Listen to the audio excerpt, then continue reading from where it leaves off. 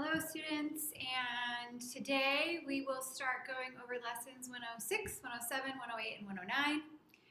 106 is a doozy, so hang with me through this one. There's a lot of information packed into one lesson, and probably should have been broken into two lessons, but we're going to tackle it today.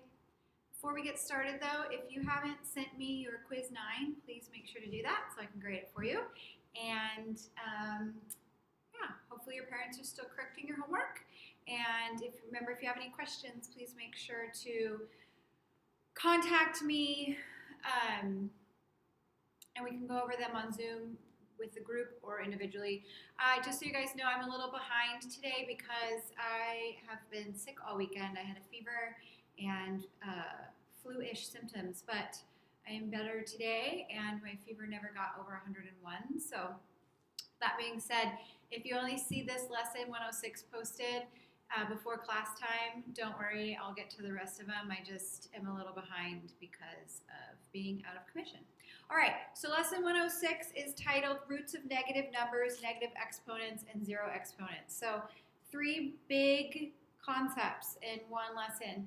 The first is roots of negative numbers. So we remember that every positive square root has both a positive and negative root, right? Because this is saying what times itself gives us 4. And we know that positive 2 times positive 2 gives us 4. And we know that negative 2 times negative 2 gives us 4. So both could be the right answer for the square root of positive 4. The only time that we get a negative answer to a square root problem is if this, there's 2 times. If the negative sits outside of a square root. And remember that a square root is 2 numbers being multiplied by each other. And we know that if we have an even number of negative numbers being multiplied by each other, the answer will always be positive. Because a negative times a negative is a positive, times a negative would be a negative, times a positive would be a positive, right? So anytime there's an even number, it will always be positive. So the square root is 2 numbers being multiplied by each other. So the only time a square root answer will be negative is if there's a negative symbol sitting outside. Because the solution to the square root of negative 4 is 2. And then that negative symbol sitting outside, so the answer would be negative 2. Now it's different when we get to cube, 5th, 7th, 11th roots, which I don't know that you'll ever encounter anything maybe more than a 5th root, and it'll be very rare.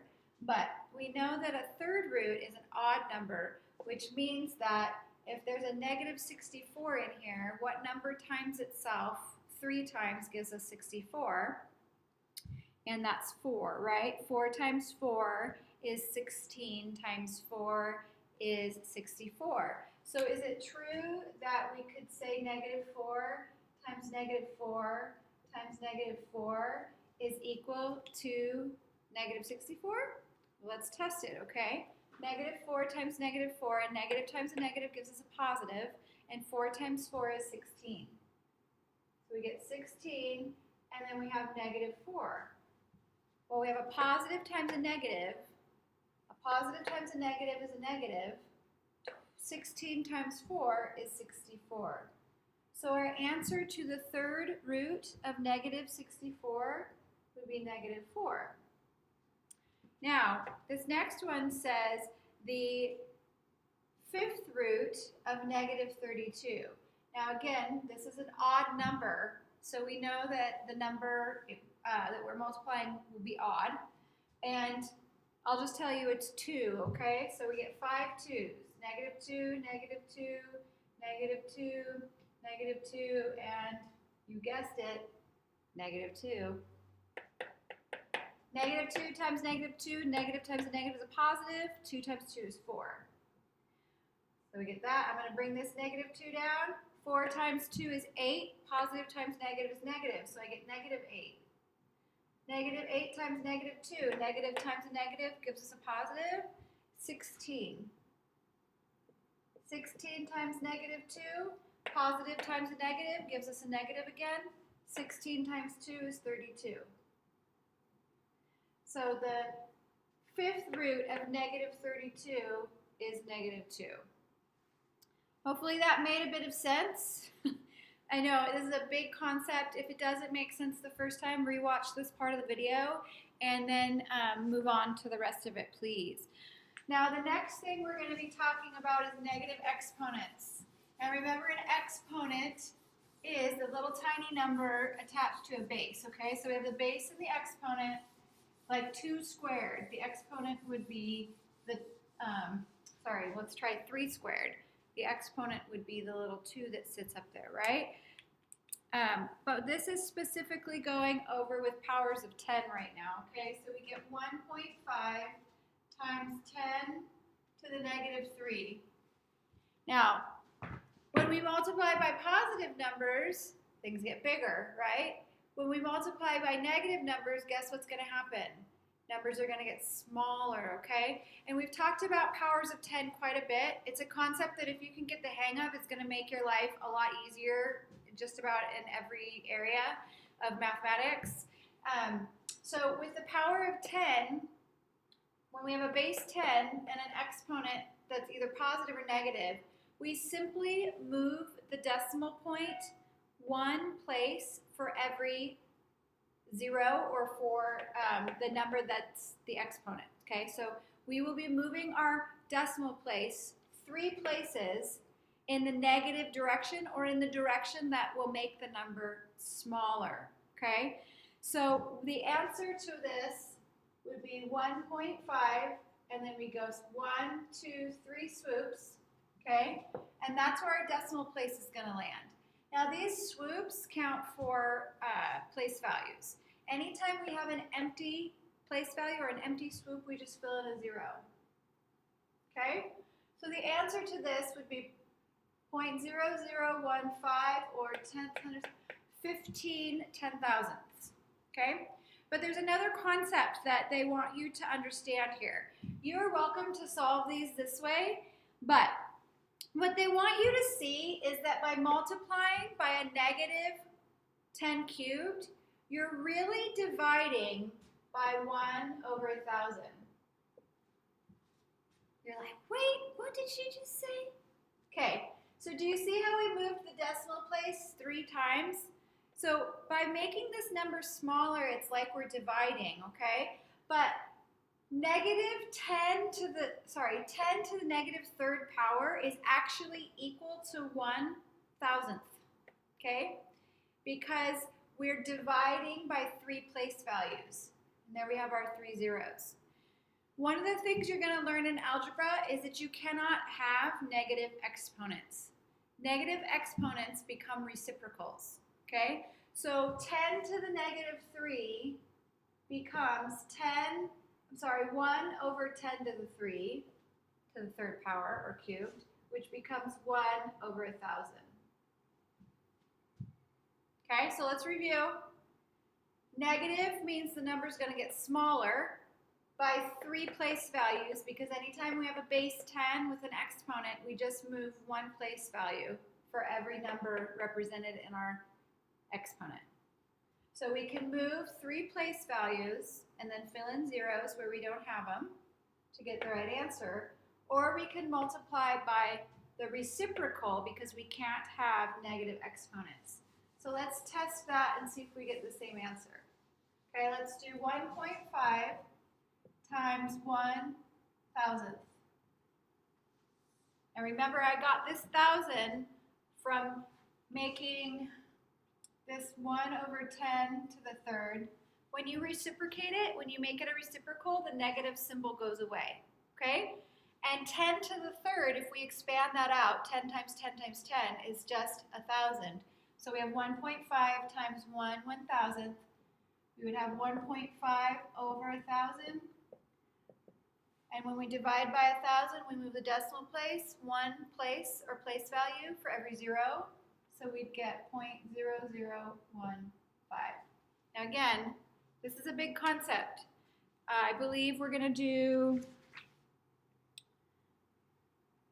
a little bit, a couple more examples. So this might be a really good lesson to watch once or twice, and the lesson's getting a little long too. So sorry about that, but it's a big concept again. Okay, so just please remember that we cannot have negative exponents. So they show us a couple more. 10 to the negative 5 is going to be 1 over 10 to the 5. And 10 to the negative 2 is going to become 1 over 10 to the 2. 3 to the negative 3, okay, now this is our first example without a 10, becomes 1 over 3 to the 3rd. And 7 to the negative 8th power becomes 1 over 7 to the 8th. But then they say, what happens if we have 1 over 5 to the negative 2? Well, if we can't have negative exponents, and if it was 5 to the negative 2, what would we do? We'd make a reciprocal. Well, we're just going to do the same thing for this, okay? And the reciprocal of 1 over 5 to the negative 2 is 5 squared. We can do 5 squared over 1 to make it look more like a reciprocal, but we know anything over 1, we just drop the 1, right? We just assume everything's over 1. 1 over 7 to the negative 4 just becomes 7 to the negative 4. Okay, so if you see a negative exponent, you just create a reciprocal. You flip it, okay? So 1 over 4 to the negative 2, or 4 negative squared, is going to become 4 squared, which is 16. Next example, 1 over, because these people are so rude, 1 over negative 2 to the negative 4th power. We're going to reciprocate to get rid of this negative in the exponent, which means we get negative 2 to the 4th power, which means we have negative 2 times negative 2 times negative 2 times negative 2. Negative 2 times 2 is 4, times negative 2 is negative 8, times negative 2 is 16. All right, we had a even number of on our exponent, so we got a positive number, excuse me. And then last example they gave us is negative 1 over parentheses negative 3 to the negative 2. Are you kidding me? All right, so we're going to reciprocate, okay? This negative symbol does not go away though, so we get negative 3 squared. The only thing that changes when we do a reciprocal is the negative or positive of the exponent. So we get negative 3 squared. First we do this, so we get negative times negative 3 times negative 3. Negative 3 times negative 3 is 9. Bring our negative symbol down. We get negative 9. All right. Last concept is zero exponents. It says we know that a non-zero number divided by itself equals 1, right? So 4 squared over 4 squared gives us 1. This is a big one, you guys, that a lot of kids struggle with. But if you just let go of the why and just try to grasp the understanding of the rule, this is one of those times that it might be okay. So I'm going to do my best to explain it. I'm going to post some Khan Academy videos, but if you don't understand why, don't get hung up on that. Just memorize the rule because the rule is super easy. All right. So it says we can simplify this expression by moving 4 squared in the denominator to the numerator and changing the exponent 2 to negative 2. Then we multiply 4 squared times 4 to the negative 2 All right, we know that when we have exponents with the same base, we add the exponents. Positive 2 plus negative 2 gives us 0, right? So we get 4 to the 0, which equals 1. That's why negative 4 squared over 4 squared equals 1. This is what they're trying to tell us. Here's the rule though. Anything to the 0 power equals 1. I'm going to say it again. Anything to the 0 power equals 1. Anything. Okay? So if someone offers you $1 million to the 0 power, say no thank you. Because you're getting nothing. Okay? This is how they try to explain it, which in my experience, students can't wrap their heads around. It's really difficult. So don't worry about that if you don't understand it right now. Just know that anything to the 0 power equals 1. So let's look at some examples of what you're going to see and how this is going to play out. So 2 to the 0 power equals 1. Negative 2 to the 0 power equals 1. In parentheses, negative 2 to the 0 power equals 1. Okay, the only place I just went wrong here is because the negative symbol is sitting outside, this is negative 1. Okay? All right.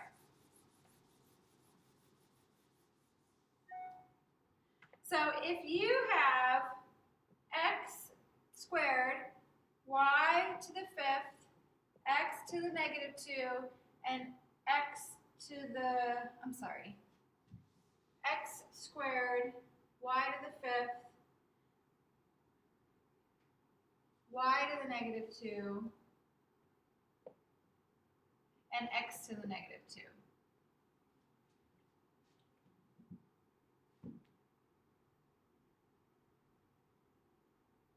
Oh, geez.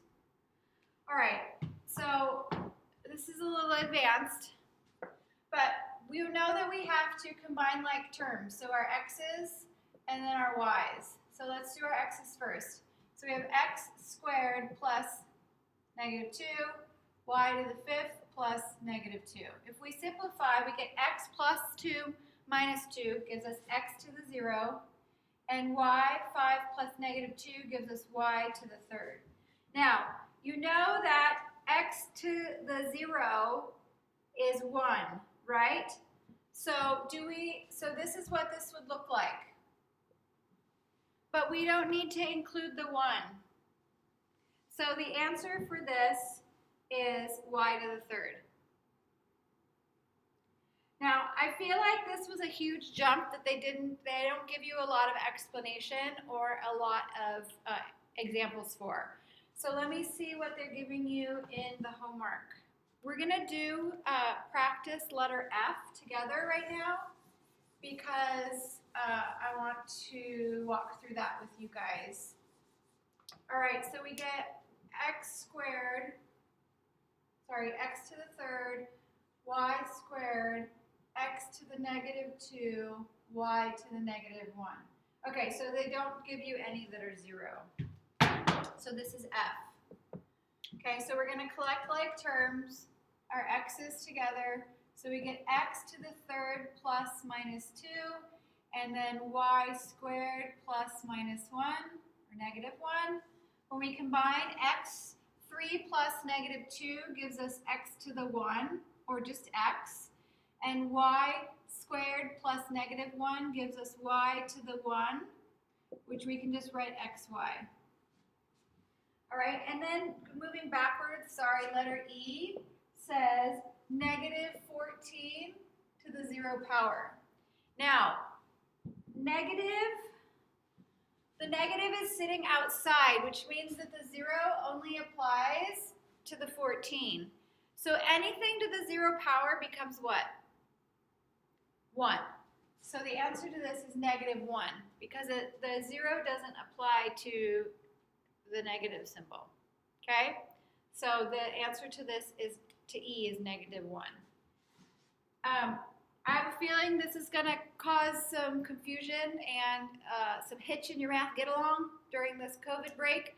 So please reach out if you need help with this. These were big concepts. You can tell we're getting close to the very end of the book, and so this is stuff you're going to be going over again next year in Algebra 1, but it's really helpful if you have a good foundation because stuff's going to come at you real quick in Algebra 1, and this is some of the stuff they're going to assume that you've already covered. So watch this video over again if you need to. Reach out for help if you need to. See you guys soon.